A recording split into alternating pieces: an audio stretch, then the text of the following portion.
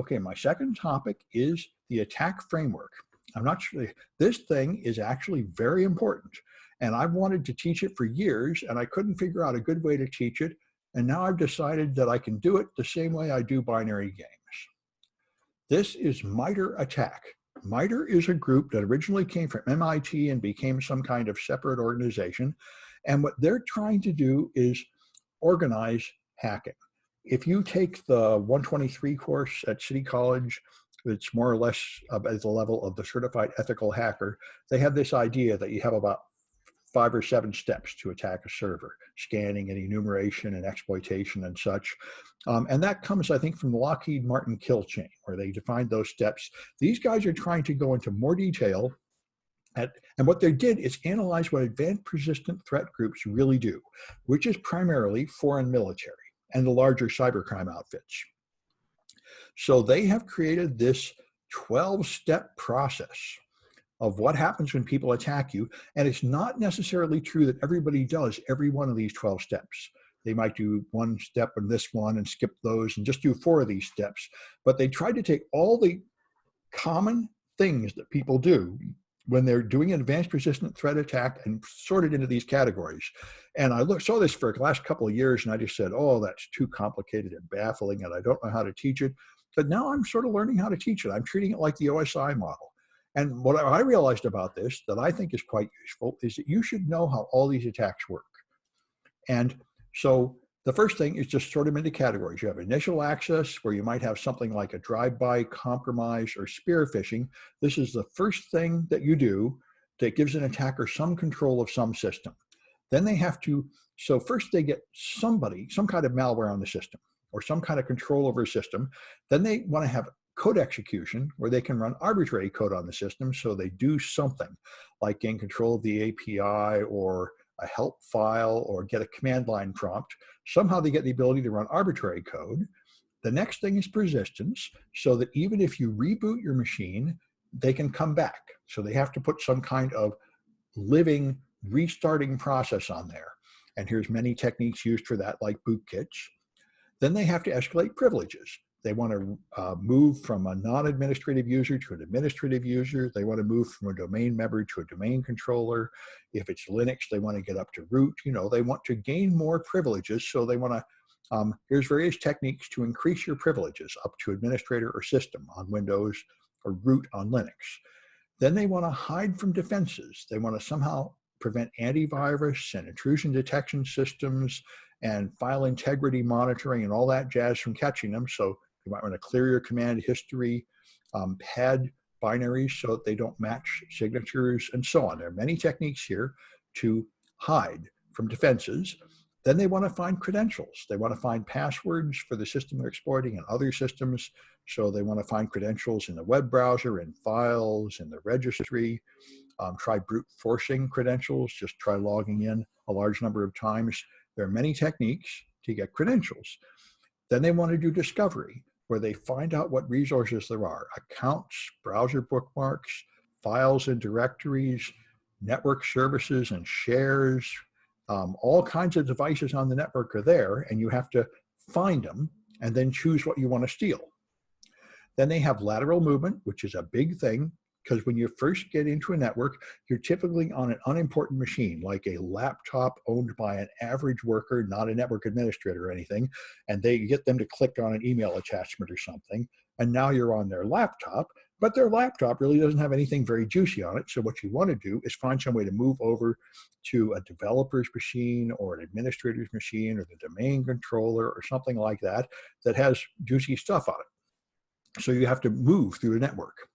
And here's many techniques like pass the hash and remote desktop protocol that you can use to control one machine from another.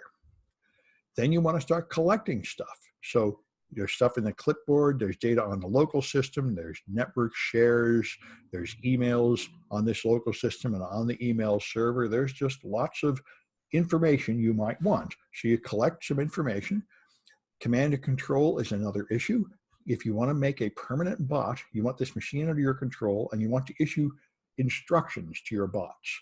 And so there are many ways to do that. You can use a common port or less common port. You can use domain generation algorithms like a lot of the big worms did, like where they would just pseudo-randomly generate domain names, and they could buy those domain names, so it would phone home on them. There's many ways to sneak your command and control traffic out of the network so you're controlling the systems and hiding that data as it goes over the network so it won't be obvious.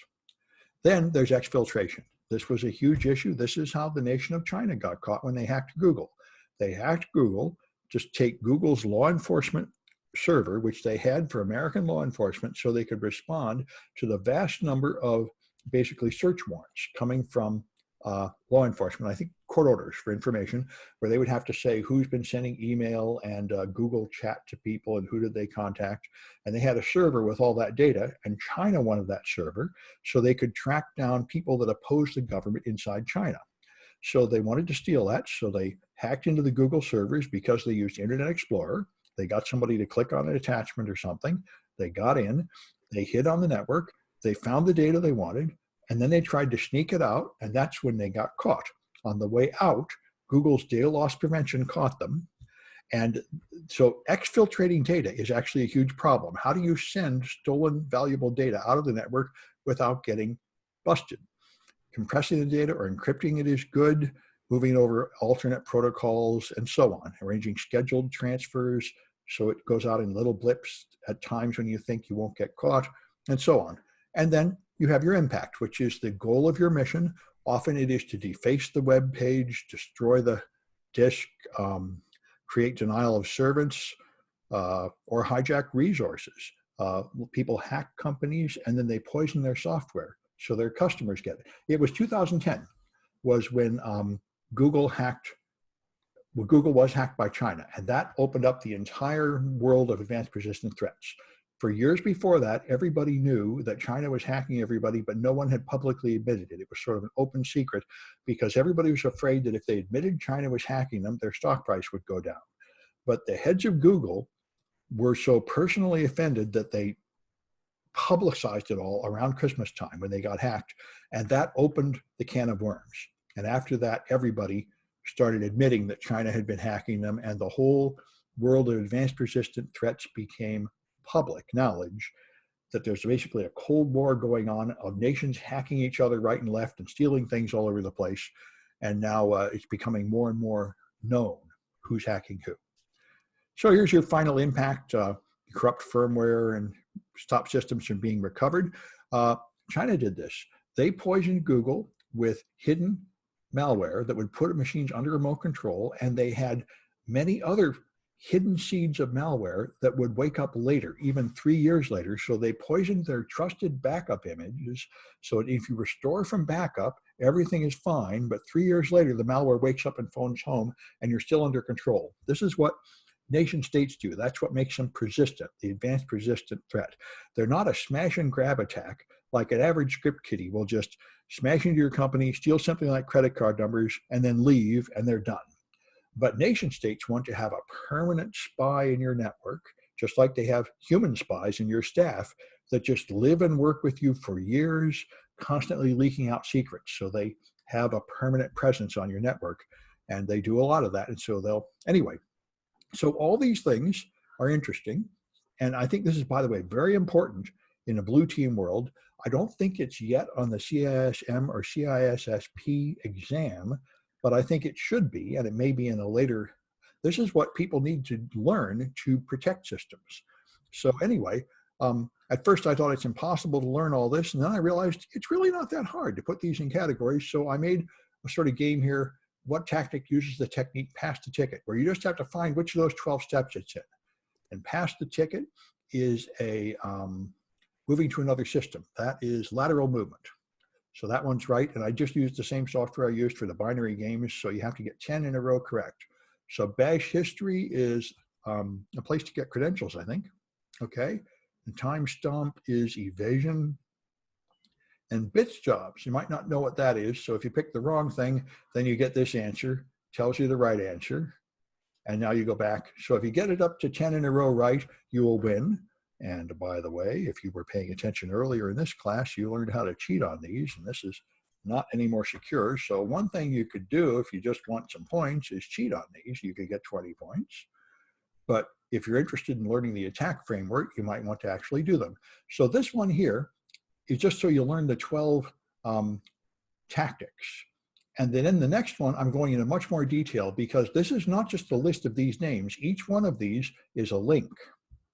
And it tells you a whole page of information about each of these attacks. That's why I thought this is really quite useful, because all these are attacks you should know, or a security class. You should know what they mean. If you do the hacking class, you'll learn how to do these attacks. If you're in defense, you need to know how they work. So I made a bunch of questions about these. And since there's a lot of them, I'm splitting them up into categories. So if I go back to this one, there's 12 of these. So I took the first 3 and I made some questions just about them. And I'm going to make 3 more sets of them. As far as I've gotten is the first 2 of these. So I've got, this is the one you're learning tactics, and here's the techniques for the first 3 tactics. I'm planning to make 3 more of these and have a whole series like the binary games where you learn these things. So what technique alters registry settings in Att&Ck local machine? And so I'm going to get that wrong. But anyway, that's these things. And so you actually, if you want to actually learn this stuff, you have to read these pages. And that's the point. You should all know all the stuff on these pages anyway. It's very useful stuff. We've done a lot of these attacks in the exploit development class and other classes. And pros have to learn how to defend against them all. So this is very valuable. It's not quite built into any of the classes yet, but I think I might add it. I'm not quite sure where I'm going to put it, but for the moment, I just put it here for extra credit for any of my classes. This one is extra credit, and these are. So if you do these, you get flags, take a screenshot of the flags and send it in to the class you want credit in. And if I don't get distracted by other things over the next couple of days, I may finish this up and there will be at least 5 of these. I may keep going. The attack framework is very important, and I've been trying to find a way to make a learning tool for it, and this is as far as I've gotten, because you are pretty much memorizing a lot of stuff, but it's worth memorizing, just like the OSI model. You should know the basics of all these kinds of attacks, like logon scripts. You should know how they are in Windows and the Mac and what you use them for. None of these should be alien language to you. You should know basically how all these attacks work. All right, so that's all I wanted to say about that. I'm going to stop the recording.